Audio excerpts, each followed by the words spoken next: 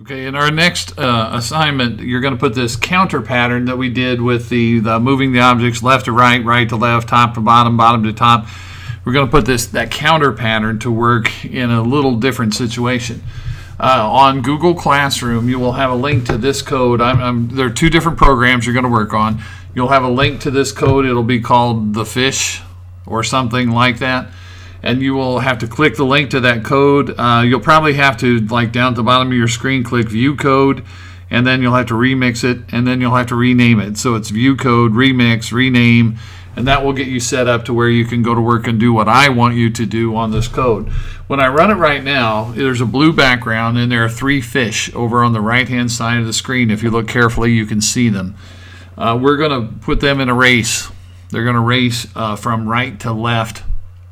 And they're just going to go right. They're going to move. So what I'm asking you to write, and I'm actually going to demo this. I'm going to ask you to write the code that will move each one of those fish across the screen from right to left at different speeds. And you can pick who's going to be the winner. There's also a way by using some random numbers that you could make it a little more like unpredictable, but you can pick who's going to win. All right. And if you'll look at the variables, there's green fish, and there's pink fish, and there's orange fish. And you have to notice this because the F in fish is capital. And so you're going to be working with those variable names. And when you plug them in different places, they're going to have to match. So look carefully at how they're spelled and how they're capitalized, because that matters. All right, so let's go to work, right? I'll show you a little bit about how this is done. In the sprites drawer, this is all going to be x-axis stuff because we're going to move them from right to left. All right, so I'm going to bring over a sprite.x. And again, there's so many ways you could do this. There's a hole there in the sprite.x equals. Well, all right, so I'll get a math block, and I'm going to use adding, although I'm really going to add a negative number. I could have used the subtraction block, but I'm going to use the adding block. I'll go back to sprites, and I'm going to bring over a second sprite.x and drop it in the middle hole. Right here is the situation I'm trying to set up, where it says sprite.x equals sprite.x plus, and then there's a hole right there. All right, so now we start plugging in names of fish. We start plugging in variables. So I'm going to say green fish. All right, green fish dot x equals green fish, can't type, dot x, and then this is going to have to be a negative number because I want the fish to move to the left. It's over on the right. I want it to move to the left, so it's going to be negative something. I'll just give this one -5. And we can test that much of it. Let's see if the green fish moves. He does. Yay. Now, really, what we got to do is the same thing for the other 2 fish, except we have to use a different number. Could copy and paste be your friend here? Well, I think it could. You can copy, if you marquee like this, you can select that whole block, Control-C, copy, click underneath it, click kind of off of it so it's not selected, and I got that little blinking cursor right there, and just Control-V, paste. And then this isn't going to be pink or green fish. I'm going to make this one be pink fish. All right. I didn't mean to erase all of that, but that's okay. Pink fish and pink fish. And then pink fish gets a different speed. Right. I'll give him 7. Or actually -7. Sorry. It's got to be a negative number. Okay. And then I'm going to go ahead and paste it one more time. Might as well finish this off. See, this isn't that hard. Orange fish. And orange fish, and he's going to get a negative. I don't know who gets to win. Who do you want to make win, right? Because the higher the number you put in there, the faster they're going to go. So I'm going to give him -9. All right, so here we go. We run it, and orange fish wins. Yay! We knew that was going to happen.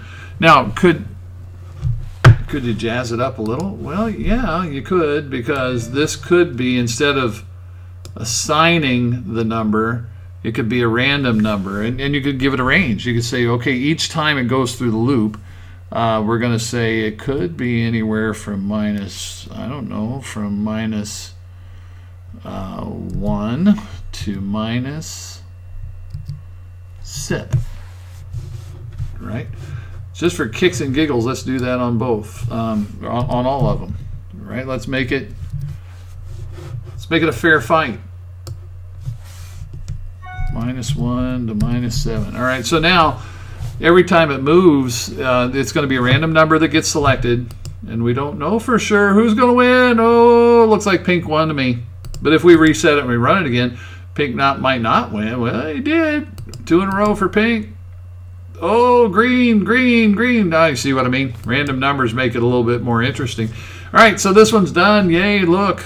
That's what this is the counter pattern. This is called a counter pattern. Greenfish.x equal greenfish.x, and then I wound up putting random numbers in there, right? So and what it does is take the x value, the x location of the fish, and always update it, always change it as you go through the loop over and over and over and over. Okay, so that's one of the programs you're doing today. Here's the other one. There's again, this will be linked up in Google Classroom. You'll have to click the link, view the code, remix, rename, and when you run it, you have 3 gears that are sitting there. And what we got to do, or what you got to do, I'm going to do it too, but what we got to do here is make the top and the bottom gear rotate in one direction and the blue gear rotate in the opposite direction. And we're going to use a counter pattern to do it. All right. Okay. So now if you need help, watch the rest of this movie. Here we go. Watch this. I'll show you what I'm talking about. Now notice the names. Blue gear, green gear, red gear, and they have a capital G on gear. So those have to be spelled correctly.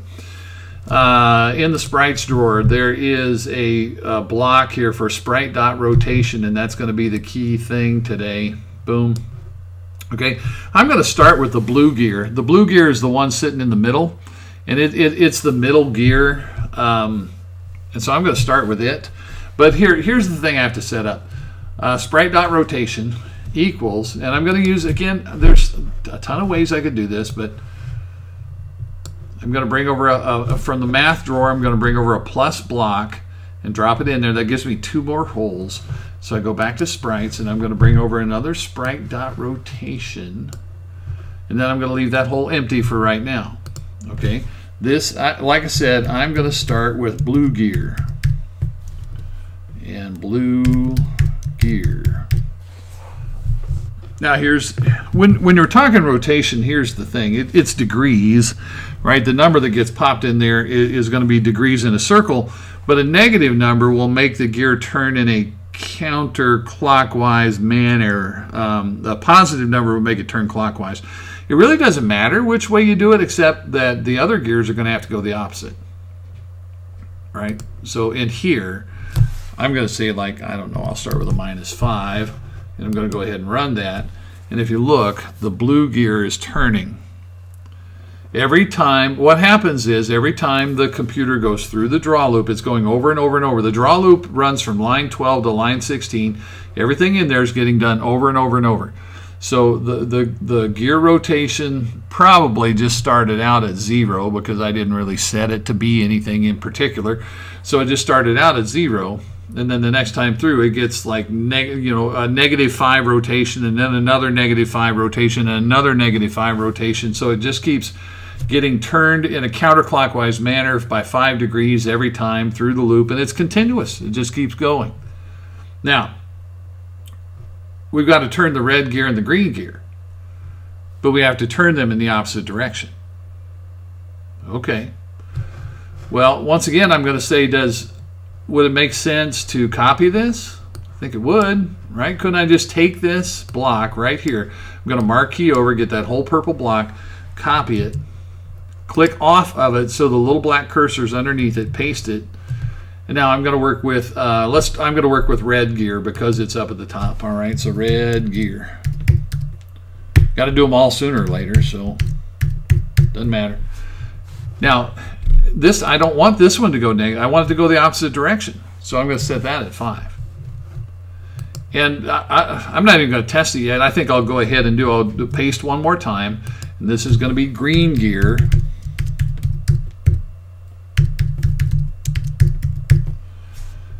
And again, this one should go the same direction as the red gear. The way gears work, they kind of alternate, right? If this one is spinning one way, it's going to make this one spin the opposite, and then this one is going to make the green gear spin the opposite the way the blue gear is spinning. So green gear is going to go in a clockwise direction. Let's check it. Let's reset and run.